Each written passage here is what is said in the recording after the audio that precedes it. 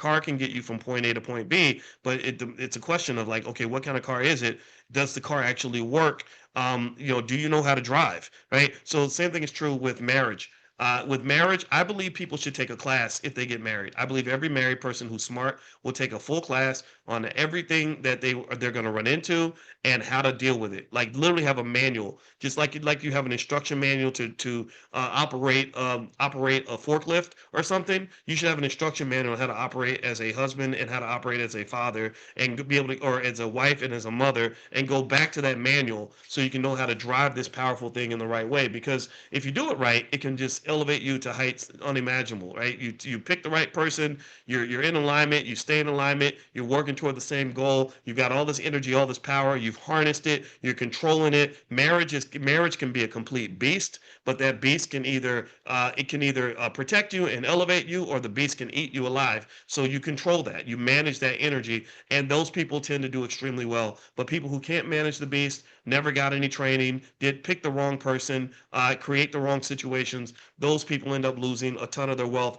That 77% decline in wealth that occurs during divorce, that goes into the hands of the lawyer over here. It goes into the hands of the court system over there. It goes into the hands of the side chick over here, and some of it just disappears into thin air because these are opportunities that you never ever pursued because you spent all that time that could have been spent working. You spent that time fighting, and time and energy are wealth creators. The slaves made trillions of dollars in wealth for white people because they took the slaves and they harnessed all that time and that energy and converted it into labor, and they created the most economically powerful country on the planet. Well, the same thing is true for your family and for your marriage. Everybody in your family has time. Everybody in your family has energy. Everybody in your family has intelligence. Everybody in your family has labor, that energy, that wealth has to be harnessed in a way that comes and serves to the benefit of the family. You cannot control and harness energy unless you have a strategic, careful process to do that. So you really want to be a scientist when it comes to protecting that wealth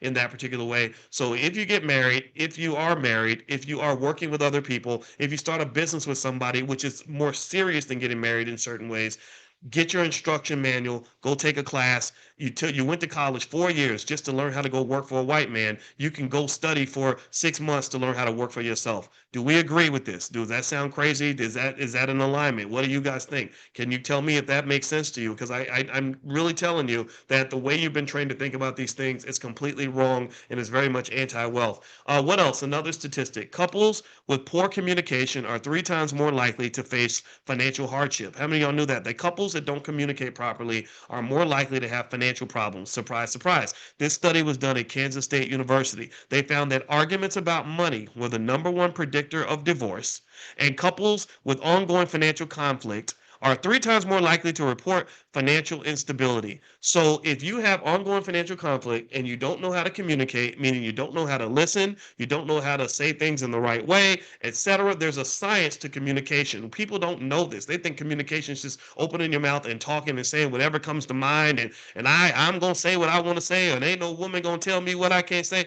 You better learn how to watch your mouth when you talk to your wife. You better watch your mouth when you talk to your husband. You don't talk to your wife or your husband like they some Negro on the street. You don't do that. You talk to them with respect. You have to maintain the integrity of the relationship.